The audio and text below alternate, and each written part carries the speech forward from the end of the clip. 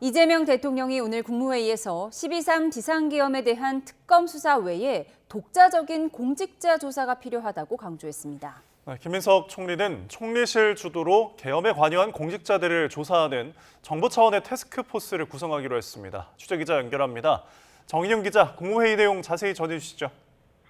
네, 이재명 대통령이 오늘 국무회의에서 12.3 비상계엄 문제를 다시 꺼내들었습니다. 특검에서 관련 수사를 하고 있지만 이는 내란에 대해 형사처벌을 하는 거라고 언급했습니다. 그러면서 행정적 책임이나 인사조치를 할 사안도 있다며 특검에 의존하지 말고 독자적으로 조사해야 한다고 강조했습니다. 계엄 관여 정도에 따라 공직사회 전반의 책임 소재를 가리겠다는 건데 이 대통령의 이 같은 언급은 김민석 총리가 국무회의에서 먼저 관련 보고를 진행하면서 나왔습니다.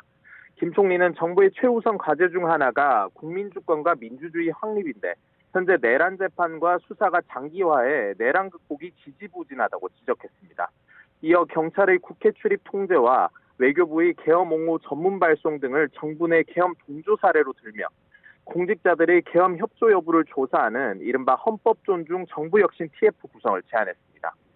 내란 가담자가 승진 명부에 이름을 올리는 등 문제 제기도 있었다며 이런 일들이 공직사회 내부에 반목을 일으키고 국정 추진 동력을 저하시킨다는 목소리가 많다고 TF 추진 배경을 설명했습니다. 앞서 지난 6일 국회 운영위원회 국정감사에서도 비상계엄 당시 전 부처 공무원들이 모종의 역할을 한 것에 대해 조사가 필요하다는 지적이 나왔는데요.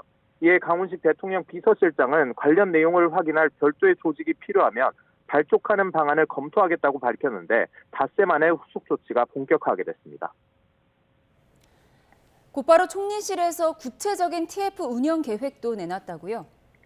네, 총리실은 우선 정부 부처를 포함한 중앙행정기관 49곳을 대상으로 하되 특히 많은 의혹이 제기된 12개 기관을 집중 점검하겠다고 밝혔습니다.